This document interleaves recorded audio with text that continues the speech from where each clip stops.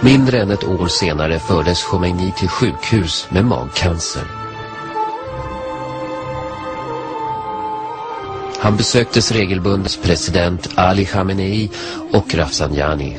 Med deras hjälp fortsatte han att styra landet. Men så fick han en hjärtattack. به من اطلاع دادن که لازمی که در بیمارستان در جماران باشم. وقتی که وارد شدم امام رو دیدم و امام هم چشمشون باز کردن منو دیدن. چشمشون به آسمان بود. باز یه دفعه متوجه شدن که چشمشون بسته شد و همون لحظاتی بود که دیگه ایشون داشتن جان میدادن. Ayatollah Khomeini hade varit en av de få riktiga revolutionärerna i modern tid. En man som inspirerat miljoner människor. Han hade också varit en hårdför, hänsynslös politisk ledare. مشکل بود که خب شخصیت امام اون روزها ما در کشور نداشتیم که بتونه به آسانی جای امام رو پر بکنه.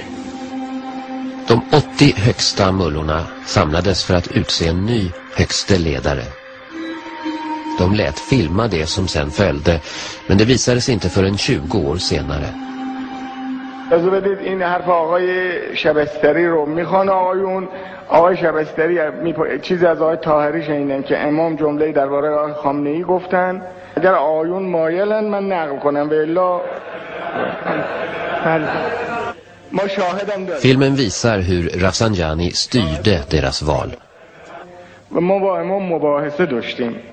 فرد ما گفتیم ما فردی رو نداریم الان که مطرح بکنیم تو جامعه، چون ما فرضمون بر مرجعیت بود و با همون مسائل بود. اما فرمودن چرا ندارید آقای خامنه‌ای.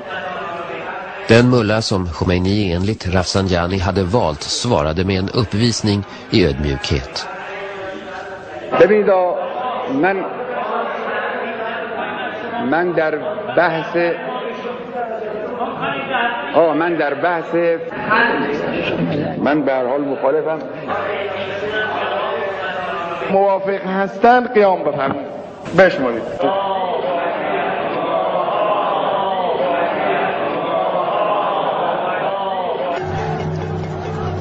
Dagen därpå begravdes Ayatollah Khomeini.